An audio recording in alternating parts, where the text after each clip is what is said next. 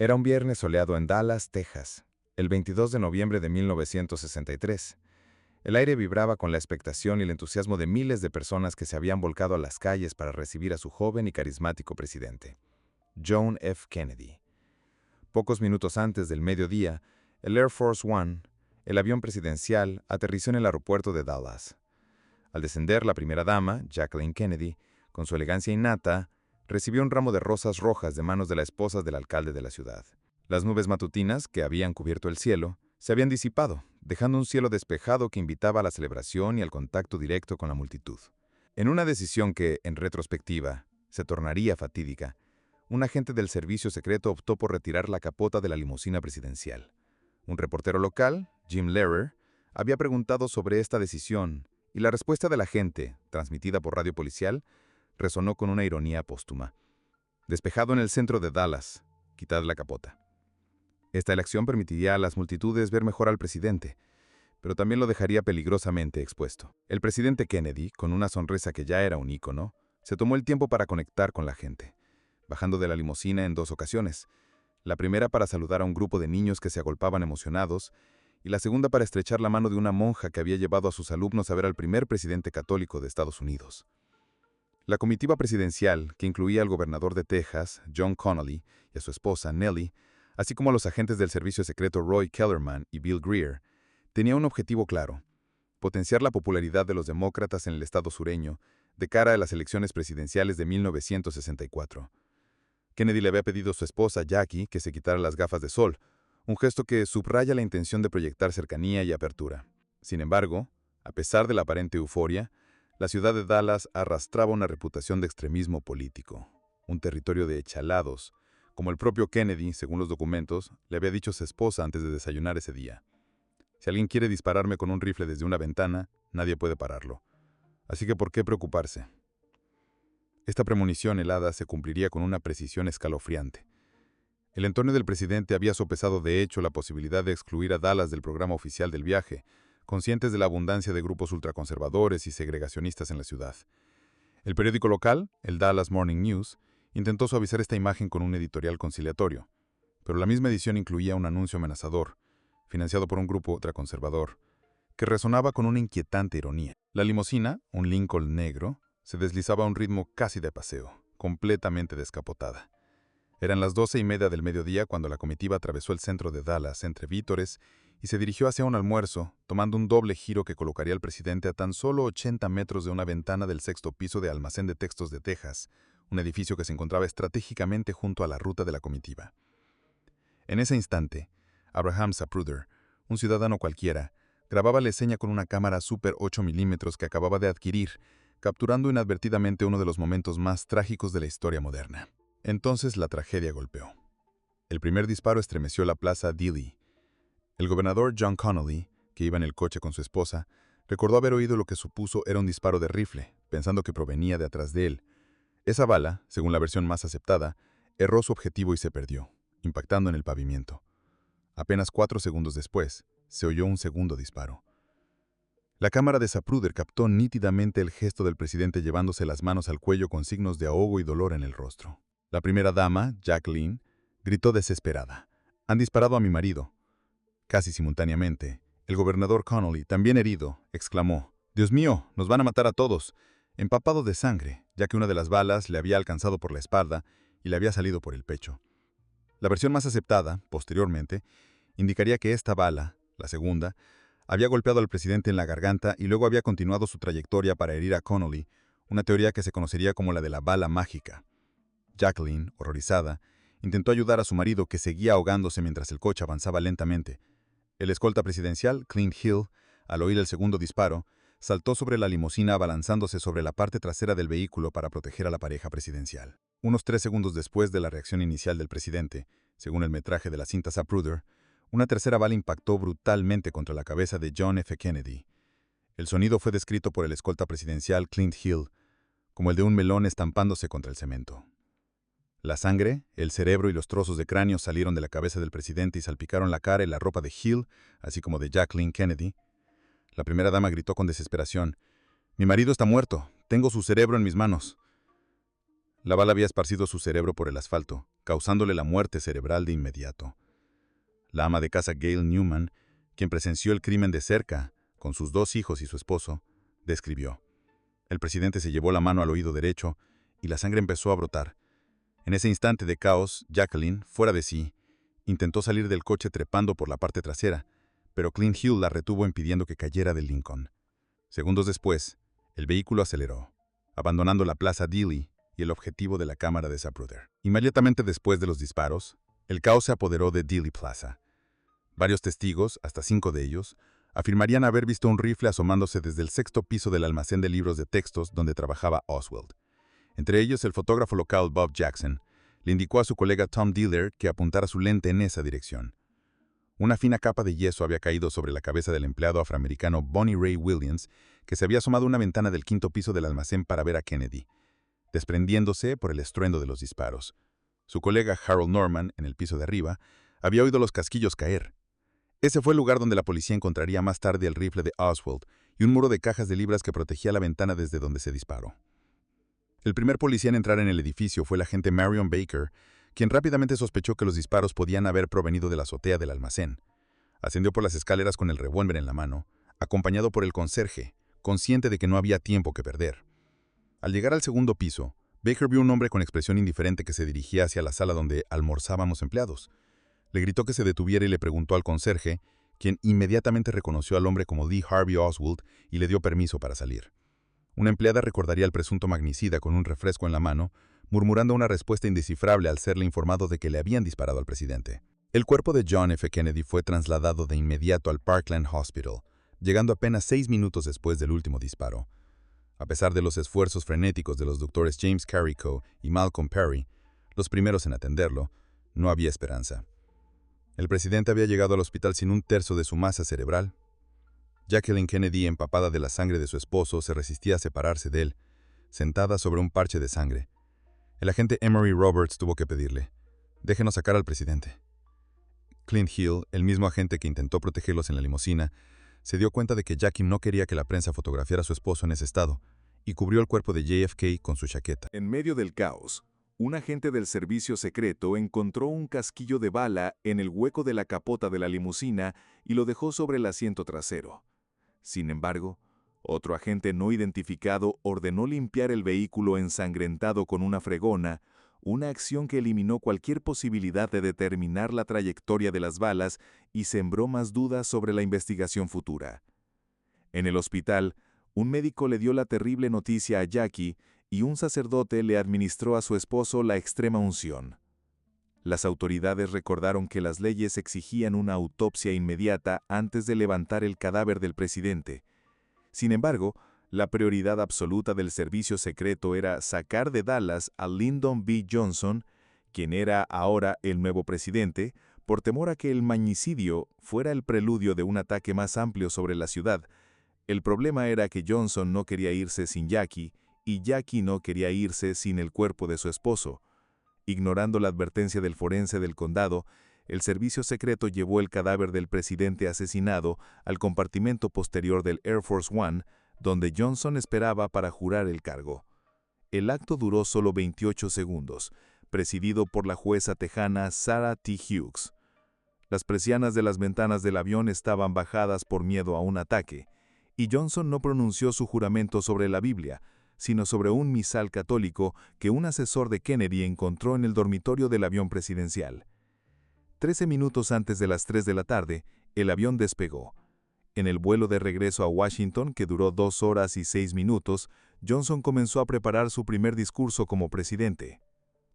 Jackie, por su parte, se retiró al compartimento trasero, donde los agentes del servicio secreto habían colocado el féretro. A pesar de la sugerencia del médico de la Casa Blanca de que se cambiara de ropa, ella se negó rotundamente. «No quiero que vean lo que han hecho», dijo, antes de beber el primer trago de whisky de su vida, que le supo a medicina, pero que desde entonces sería el único whisky que bebería, como un recordatorio constante. Pidió al portavoz de su esposo que se asegurara de que los periodistas supieran que ella estaba velando el féretro. «Vete a decirles que vine aquí atrás a sentarme con Jack». La noticia del magnicidio suscitó una peligrosa incertidumbre sobre la cadena de mando militar, con oficiales del Pentágono llamando a Dallas, preguntando quién estaba al cargo, lo que podría haber desencadenado un conflicto nuclear. El talento del reportero Albert Merriman Smith, corresponsal de UPI, lo llevó a ser el primero en informar sobre el tiroteo. Smith, que compartía vehículo con otros periodistas, escuchó los disparos y, a pesar de los problemas técnicos y la furia de sus colegas por acceder al teléfono portátil, logró transmitir el primer teletipo. 3 disparos dirigidos a la comitiva del presidente Kennedy en el centro de Dallas. Al llegar al hospital y ver al presidente cubierto por una chaqueta, un agente le confirmó que estaba muerto, pero Smith, con solo esa fuente, decidió matizar su informe. Kennedy herido grave, quizá herido de muerte por la bala de un magnicida. Su cobertura le valió un premio Pulitzer. Jackie Kennedy asumió de inmediato la misión de honrar a su esposo, sintiendo una profunda decepción al enterarse de la identidad del asesino. Ni siquiera tuvo la satisfacción de ser asesinado por los derechos civiles. Tuvo que ser un comunista tonto, y eso le roba a su muerte cualquier significado. Por ello, se empeñó en diseñar un funeral a imagen y semejanza del de Abraham Lincoln, buscando en la biblioteca del Congreso detalles de las exequias de 1865. El féretro de JFK fue expuesto en la Casa Blanca y bajo la cúpula del Capitolio, y su funeral se celebró en la Catedral Católica de Washington, con sus restos mortales recibiendo sepultura en el cementerio militar de Arlington. Este acto, organizado con tal esmero, ayudó a tranquilizar a la ciudadanía en un momento de duelo nacional. Lee Harvey Oswald, el fantasma de América. A la sombra de un roble en un suburbio de Dallas, una luz mortecina iluminaba el salón de una casa de madera blanca con un zócalo de ladrillo rojo. Nadie la habitaba desde hacía décadas, pero un detalle la distinguía. Allí había escondido Lee Harvey Oswald el rifle con el que disparó sobre John F. Kennedy, y allí pasó su última noche en libertad. Las autoridades acababan de transformar el edificio en un museo con motivo del 50 aniversario del magnicidio. Esta vivienda de 2 dormitorios, comprada por Ruth Paine y su esposo en 1960, desempeñaría un papel esencial en el crimen que sacudió al mundo. Ruth, criada en una familia de cuáqueros de Pensilvania, había conocido a Lee Harvey Oswald y a su esposa rusa Marina en febrero de 1963. Una amiga de su coro de madrigales les había presentado y Ruth enseguida entabló amistad con la joven Marina, invitándola a mudarse con ella unos meses después. Oswald, por su parte, solo se dejaba caer por allí los fines de semana. Por eso Ruth se extrañó al verlo el jueves 21 de noviembre, el día anterior al asesinato, jugando a la puerta de la casa con su hija June. Solo al día siguiente se enteraría de que su amigo había aprovechado la visita para llevarse el rifle con el que, unas horas después, dispararía contra JFK.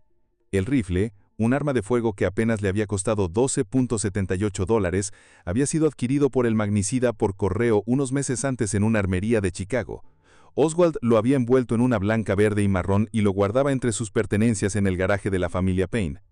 En ese momento, vivía en una pensión por la que pagaba $7 a la semana. Su empleo actual, en un almacén de libros de texto del centro de Dallas, lo había conseguido gracias a Ruth, quien supo por una amiga que estaban contratando gente y se lo comentó a Oswald, quien rellenó su solicitud el 15 de octubre de 1963. Así fue como Oswald empezó a trabajar en el edificio que se encontraba junto a la comitiva del presidente. La noche del 21 de noviembre, después de cenar, Ruth Paine notó que alguien se había dejado encendida la luz en el garaje. Al despertar, el único rastro de Oswald era una taza vacía de café. Minutos después de las 7 de la mañana, sonó el timbre de su vecino Buell Fraser, que trabajaba en el mismo almacén de libros de texto y se había comprometido a llevar a Oswald en su Chevrolet. Mientras Fraser se lavaba los dientes, Oswald colocó en el asiento trasero una bolsa alargada de papel, donde, según dijo, guardaba unas barras para unas cortinas. Fraser recordaría años después que Oswald apenas habló, pero que parecía el mismo de siempre. Al llegar, Fraser se quedó revisando la batería del vehículo y Oswald entró en el almacén donde nadie lo vería hasta minutos después de los disparos que abatieron a JFK. 9 minutos después del magnicidio, Oswald golpeó la puerta de un autobús a 7 manzanas del edificio. Sin embargo, se bajó rápidamente al darse cuenta de que estaba atrapado en un atasco y no podría llegar a su pensión en el barrio de Oak Cliff. Unos minutos después, se subió a un taxi. El conductor recordaría que Oswald le preguntó, ¿a qué viene tanto lío? Acatarrado y sin dirigirle la palabra al taxista ni a la propietaria de la pensión, Oswald, una vez en su habitación, cogió el revólver con el que asesinaría minutos después al agente J.D. Tippett, quien le dio el alto. Con esa misma arma intentaría resistirse durante su detención. El vecino Johnny Brewer, dependiente de una zapatería en Jefferson Boulevard, se percató de la presencia de Oswald. Su pelo estaba alborotado como si hubiera estado corriendo. Contaría horas después. Brewer lo vio colarse en un cine donde proyectaban un programa doble de películas bélicas. Advertidos por Brewer y la taquillera, varios agentes se congregaron alrededor de las salidas de emergencia y arrestaron al asesino, quien le dio un puñetazo a un policía e intentó echar mano de su revólver en el momento de su detención. El arresto de Oswald tuvo lugar 10 minutos antes de las 2 de la tarde, casi una hora después de que los médicos certificaran el fallecimiento de JFK. La vida disfuncional de un fantasma americano. La vida de Lee Harvey Oswald, un veinteañero disfuncional y errático, estuvo marcada por una infancia difícil y una profunda inestabilidad.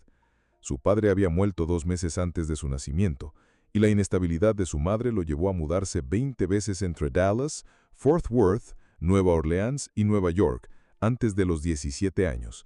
Incluso pasó 3 semanas en un centro de detención de menores. Desesperado por alejarse de su familia, se alistó en los Marines. Fue entonces, según él, cuando comenzó a leer sobre el marxismo, inspirado por un panfleto sobre Julius y Ethel Rosenberg, ejecutados por espionaje a favor de la URSS.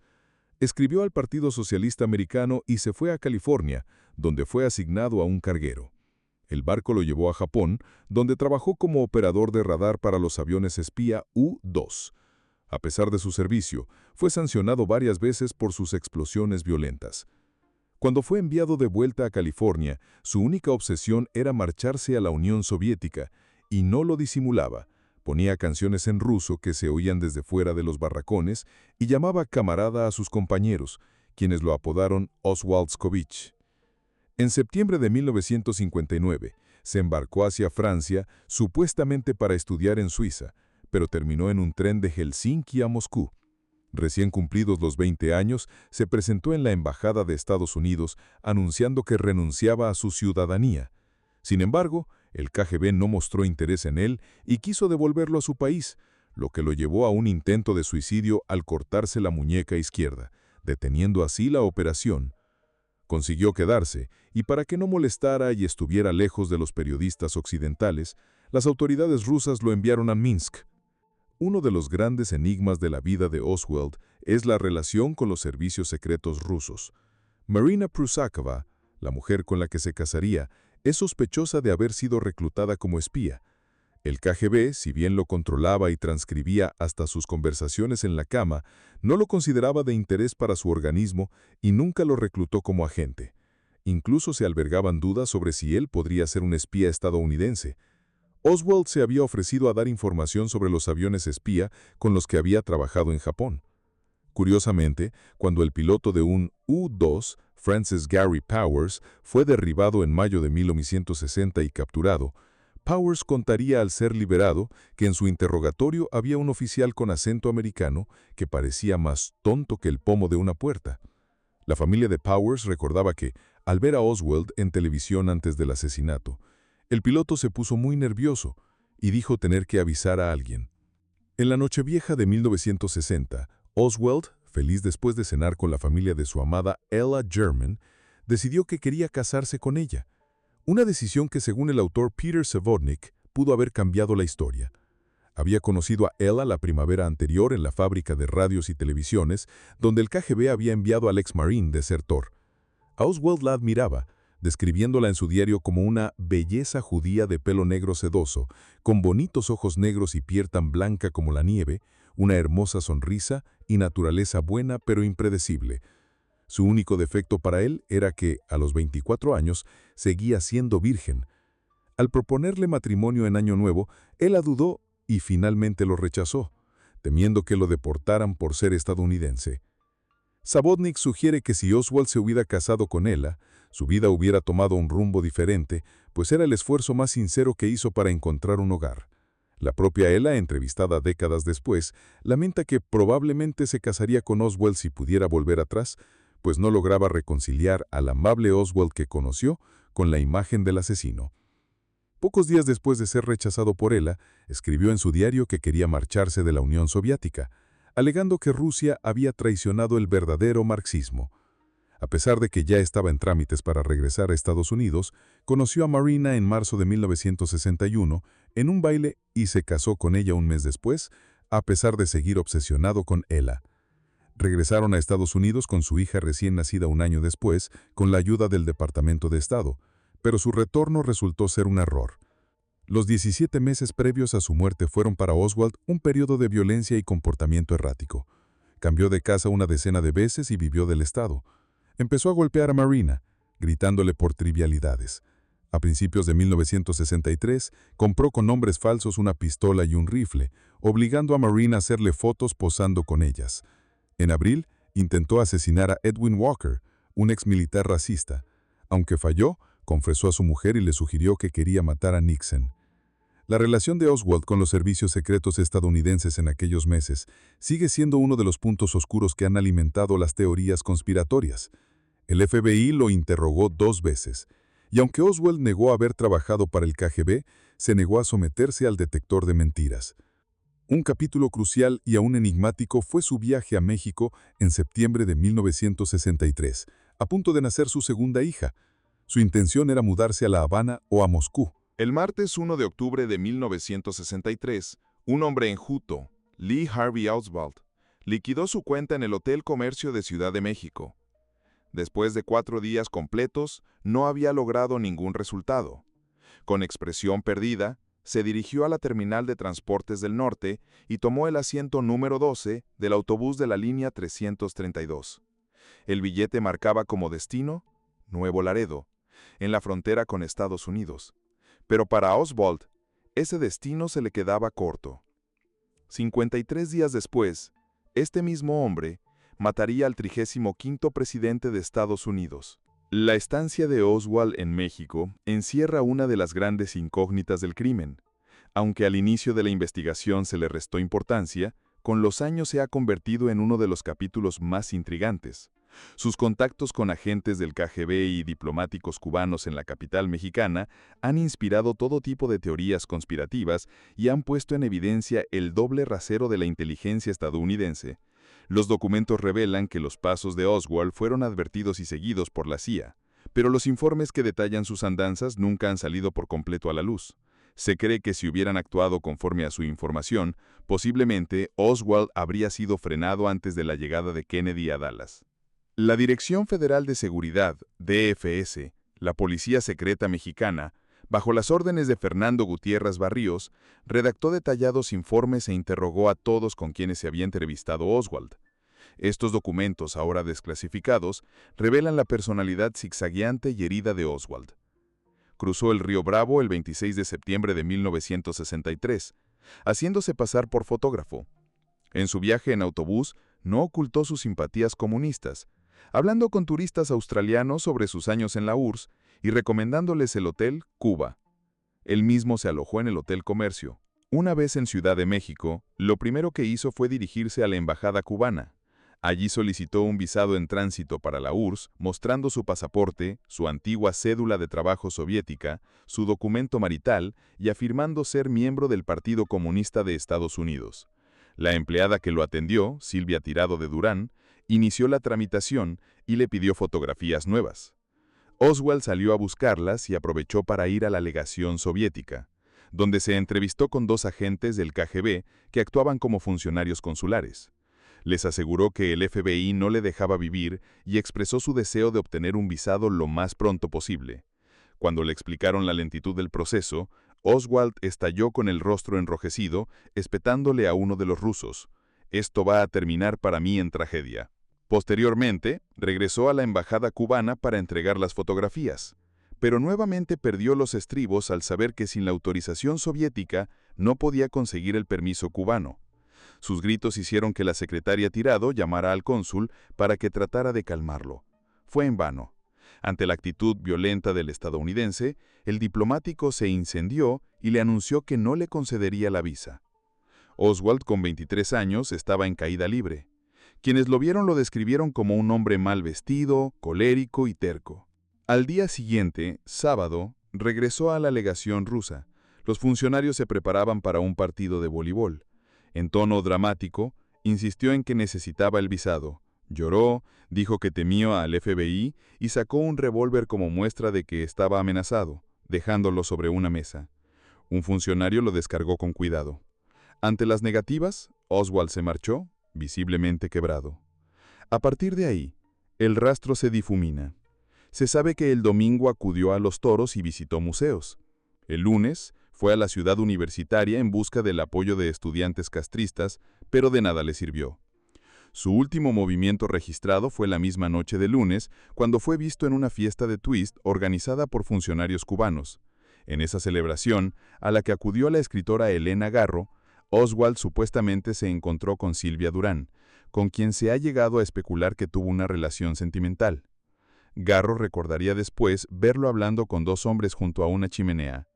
A la mañana siguiente, a las 6:30 de la mañana, abandonó el hotel comercial para regresar a Estados Unidos. Casi 8 semanas después, el 22 de noviembre, mataría al presidente de Estados Unidos.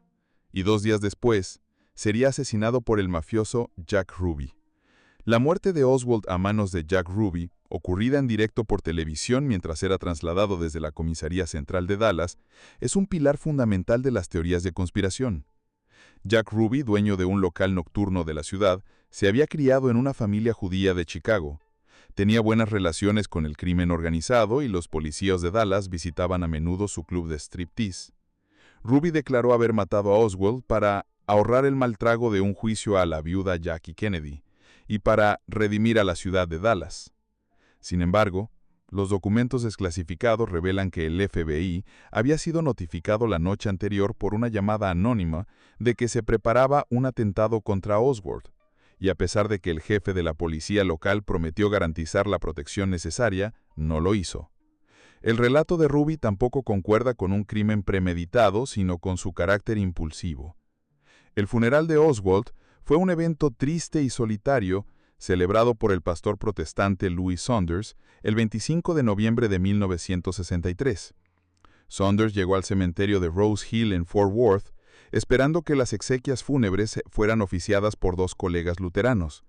Pero la madre de Oswald le informó que se habían echado atrás por miedo a la irrupción de un francotirador en una ceremonia al aire libre. 6 reporteros se vieron obligados a cargar con el féretro al no haber más personas disponibles. Apenas había 2 coronas, y el pastor recitó de memoria salmos y un fragmento del Evangelio de San Juan, explicando a los periodistas que no estaba ahí para juzgar al fallecido. El asesinato de John F. Kennedy dio origen a un sinfín de investigaciones y teorías, cada una buscando desentrañar la verdad detrás del enigmático suceso. La primera de ellas, la Comisión Warren, nombrada así por el juez del Tribunal Supremo James Earl Warren, fue establecida por orden del nuevo presidente Lyndon B. Johnson. En su informe de 1964, la comisión dictaminó que solo hubo 3 disparos. El segundo y el tercero fueron certeros y que todos fueron obra de un único tirador, Lee Harvey Oswald, a quien describió como un desequilibrado que actuó solo. Para la comisión, el caso estaba cerrado. Sin embargo, esta conclusión sembraría más dudas que certezas. El ayudante del fiscal, Arlen Specter, responsable de la teoría de la bala solitaria, que una misma bala hirió a Kennedy en la garganta y luego a Connally, tuvo que hacer encaje de bolillos para que encajara con la evidencia. Los médicos del Hospital Parkland, James Carrico y Malcolm Perry, los únicos que examinaron la herida de la garganta de Kennedy antes de que se le practicara una traqueotomía, afirmaron inicialmente que era un orificio de entrada.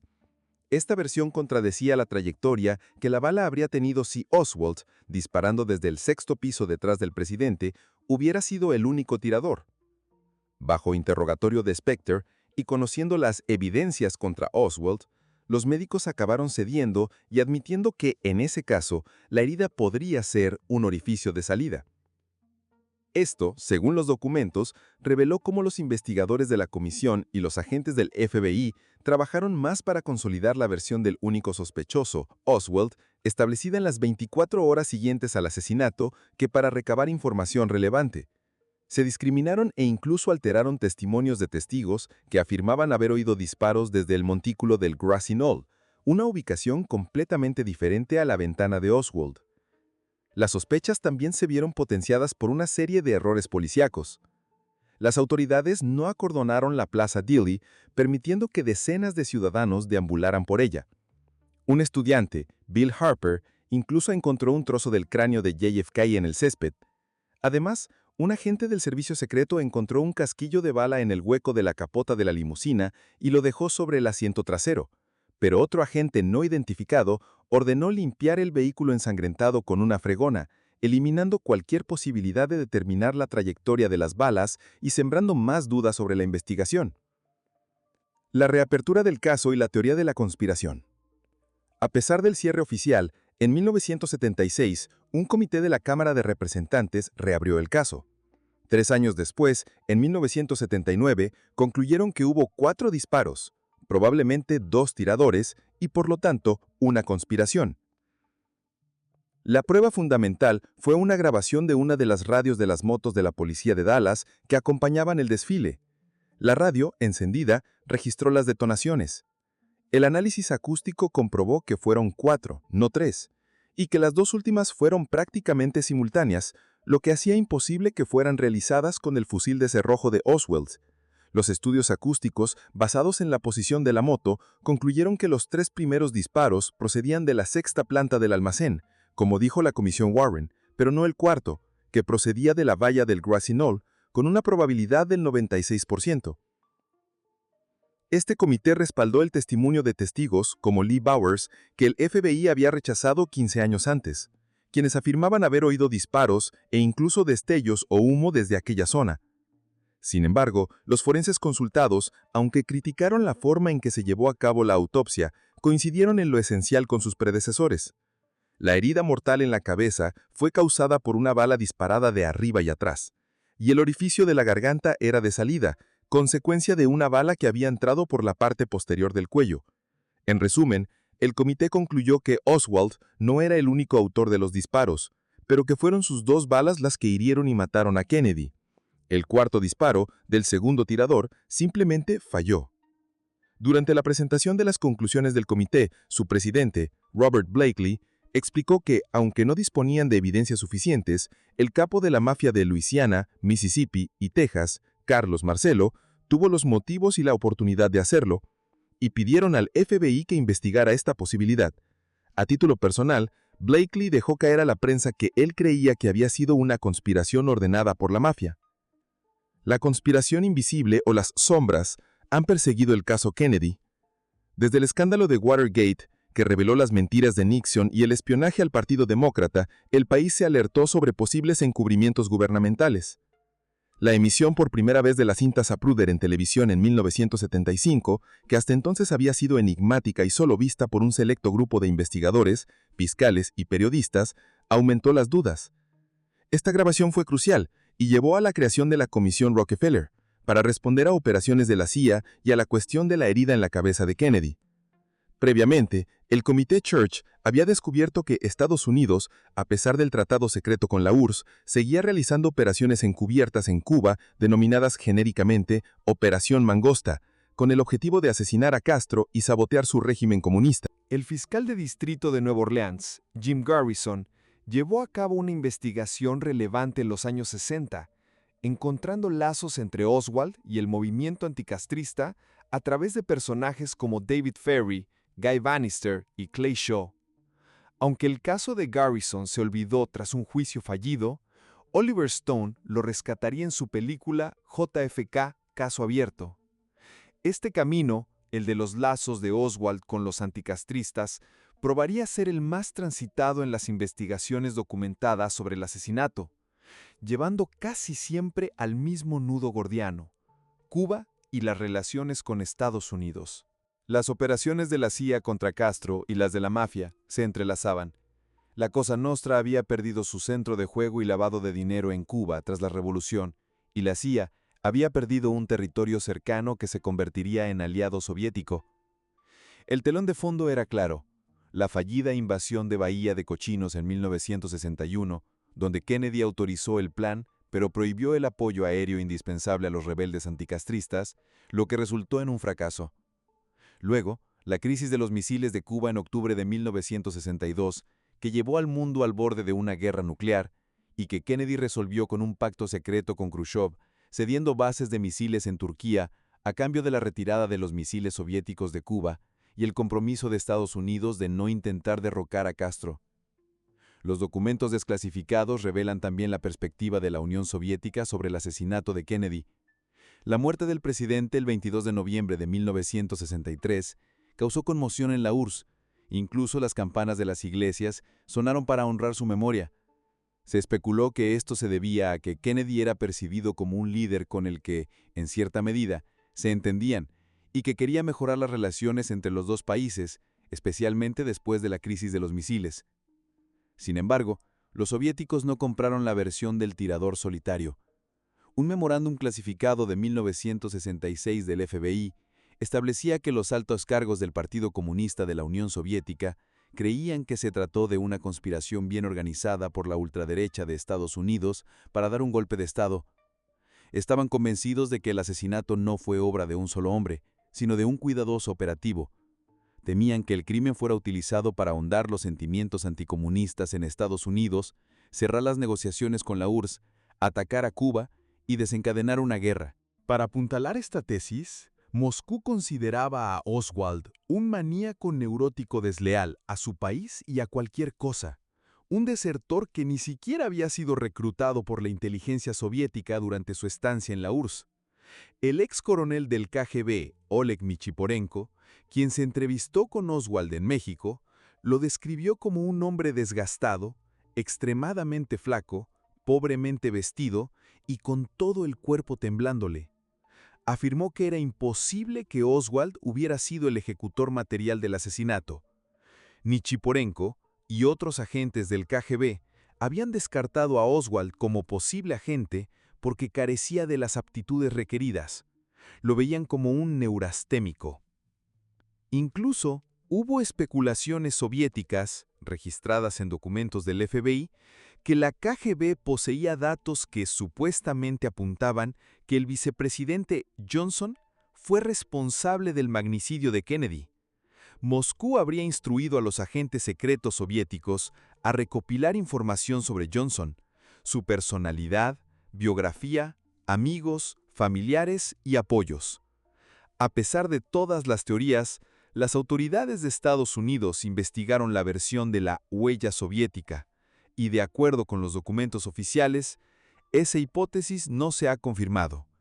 El historiador Boris Yulin opina que, entonces, la URSS tenía buenas relaciones con el presidente John F. Kennedy, así que, para la Unión Soviética, asesinar a John F. Kennedy habría sido inútil e incluso perjudicial. Otra revelación que añadió misterio al caso fue el memorándum desclasificado de la CIA que describía que el MI5 británico señaló que varias personas recibieron llamadas extrañamente coincidentes en su naturaleza durante aquel año. Un reportero británico recibió una llamada anónima 25 minutos antes del asesinato de Kennedy, en la que un hombre le aconsejó contactar con la Embajada de Estados Unidos para obtener importantes noticias. Tras el magnicidio, el periodista lo denunció a la policía, que compartió la información con el MI5. El comunicado interno de la CIA, asignado por el subdirector James Angleton, señalaba que el reportero, descrito como leal y razonable, nunca había recibido llamadas de este tipo antes. La JFK Assassination Records Act, aprobada en 1992, ordenó la desclasificación de todos los documentos relativos al asesinato. En 2017, el presidente Donald Trump ordenó la liberación de unos 3.000 documentos, aunque una porción de archivos, más de 1.000 documentos de la CIA, permanecería inédita hasta finales de abril de 2018, bajo el argumento de que podían entrañar una amenaza a la seguridad nacional o afectar operaciones militares, de defensa y orden público. El experto Jefferson Morley sugiere que estos documentos podrían arrojar luz sobre el interés nada rutinario que el jefe de contrainteligencia de la CIA, James Angleton, tenía en Oswald, a pesar de lo que la Comisión Warren había dicho. Phil Shannon, otro especialista, añade que los informes mostrarán que la CIA y el FBI sabían mucho más de Oswald que lo que contaron a la Comisión Warren.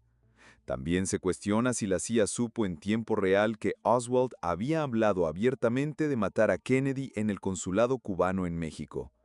A la fecha, a pesar de los 5 millones de documentos públicos en los archivos de Estados Unidos, muchos enigmas sobre Oswald se encuentran en los 1100 sin desclasificar. El asesinato de Kennedy, un evento traumático, ha sido objeto de innumerables interpretaciones y reflexiones. La Conspiración de Dallas, 1992, las obras de Don DeLillo como Libra y James Ellroy con American Tabloid han explorado las ramificaciones de los enemigos de Kennedy, desde mafiosos hasta figuras como J. Edgar Hoover, el fundador del FBI, quien se sabía que tenía bien documentadas las aventuras sexuales del presidente. El cine, en particular, ha encontrado en el magnicidio un terreno fértil para el thriller conspirativo, reflejando una paranoia moderna y la certeza de la incertidumbre. La idea de que siempre es otro el que mueve los hilos se ha convertido en una constante en la narrativa cultural. El legado inmortal de Camelot. Fueron poco más de 1000 días de presidencia. La figura de John F. Kennedy quedó atrapada en el halo del mito de Camelot, un término acuñado por la propia Jackie que simbolizaba una breve y brillante era de juventud, estilo, cultura y esperanza. Jackie, al principio aburrida de la política, convirtió su vestuario, la decoración de la Casa Blanca y sus famosas veladas con intelectuales en sellos distintivos de la era Kennedy. Su decisión de llevar el conjunto rosa ensangrentado tras el magnicidio para que vieran lo que le han hecho a Jack, se convirtió en un potente mensaje político y un símbolo de su inconmensurable dolor. Hoy, ese traje rosa se conserva ensangrentado en una habitación especial de los Archivos Nacionales y por decisión de su hija Caroline, no se podrá mostrar en público al menos hasta 2103. Kennedy, al que sus allegados llamaban Jack, no estaba destinado inicialmente a ser el heredero político de la familia.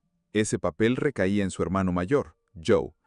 Pero la Segunda Guerra Mundial cambió los planes y tras la muerte de Joseph P. Kennedy Jr. en una misión secreta, John se convirtió en el hombre clave para llevar al clan Kennedy al poder, rompiendo con los límites que habían impedido a sus antecesores alcanzar la gloria. A pesar del mito, la presidencia de Kennedy fue compleja. Su victoria ante Richard Nixon fue por un margen estrecho. Muchas de las medidas revolucionarias que propuso, especialmente en derechos civiles, se descafeinaban por conveniencia y por la resistencia de los sectores más conservadores de su propio partido. Sería su sucesor, Lyndon B. Johnson, quien desarrollaría las leyes para la integración racial, superando en número las leyes logradas por JFK en este ámbito. Los politólogos e historiadores suelen verlo más como un pragmático que como un idealista, alguien que tenía en cuenta los límites en su forma de hacer política. Sin embargo, su estilo, su relación con los medios, especialmente con la televisión, fue una revolución.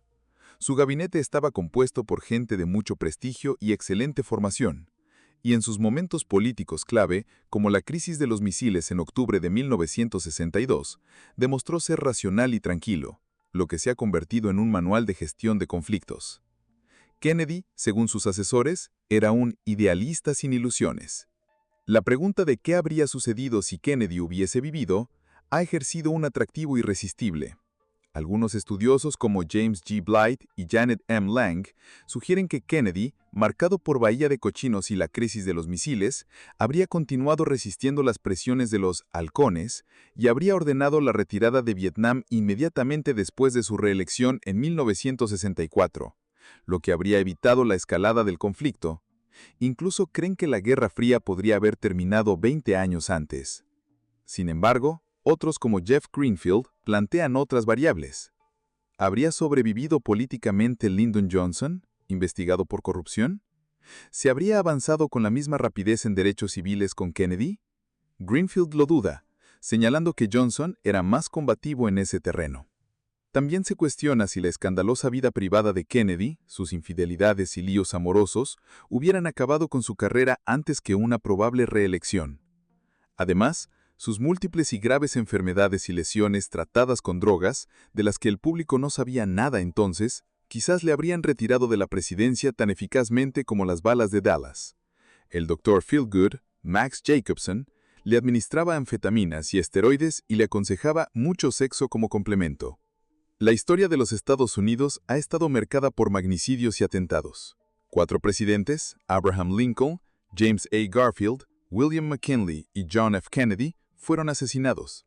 Lincoln y Kennedy comparten la fatalidad de morir un viernes en presencia de sus esposas y de un disparo en la cabeza. Otros 6 presidentes fueron víctimas de atentados de los que, afortunadamente, sobrevivieron. La muerte de Kennedy, sin embargo, paralizó a Estados Unidos y al mundo en 1963. Los objetos ligados al magnicidio tienen un destino peculiar. El misal sobre el que juró Lyndon Johnson está expuesto en su biblioteca presidencial. El Air Force One que transportó el féretro de Kennedy, que siguió volando hasta 1998, se exhibe en el Museo Nacional de la Fuerza Aérea de Estados Unidos. Los trajes del presidente y la primera dama se conservan en la sede central de los Archivos Nacionales en Maryland. La figura de Lee Harvey Oswald sigue siendo un enigma. El escritor Norman Mailer la denominó el primer fantasma americano. Su asesinato, a su manera, trasladó al escenario real de la política el mayor debate filosófico y antropológico del siglo pasado.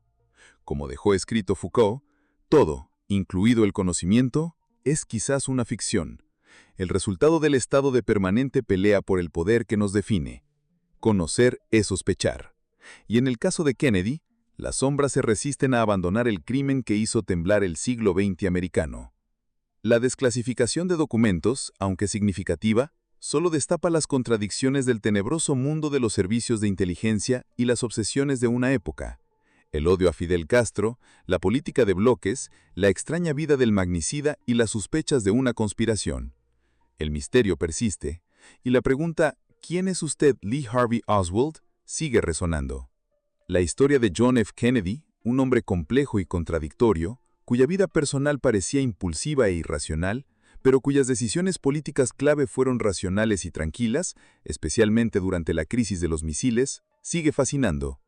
Su legado, envuelto en el dolor de su trágico final y las persistentes incógnitas, lo convierten en una figura eterna en la memoria colectiva, un símbolo de lo que fue y de lo que pudo haber sido. Y la búsqueda de la verdad detrás del último disparo en Dallas, un acertijo envuelto en un misterio dentro de un enigma, continúa.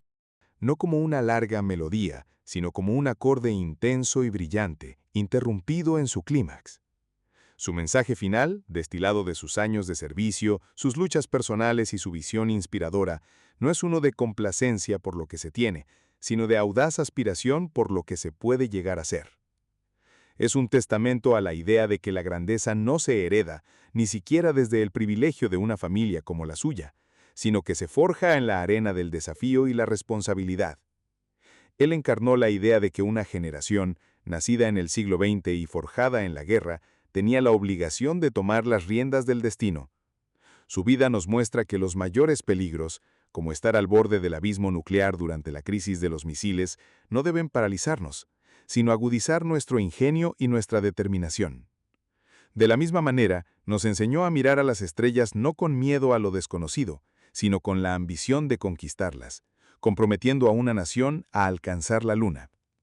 Este espíritu es la esencia de su famoso llamado. No preguntes lo que tu país puede hacer por ti. Pregunta lo que tú puedes hacer por tu país. No era una simple frase, sino una redefinición fundamental de la ciudadanía. Un cambio de una actitud pasiva a una de participación activa y servicio. Detrás del brillo idealizado de Camelot, su vida también nos habla de resiliencia. Kennedy gobernó y lideró mientras ocultaba al mundo un dolor físico constante y las complejidades de su vida personal. Esto, lejos de disminuir su figura, la humaniza y magnifica su mensaje.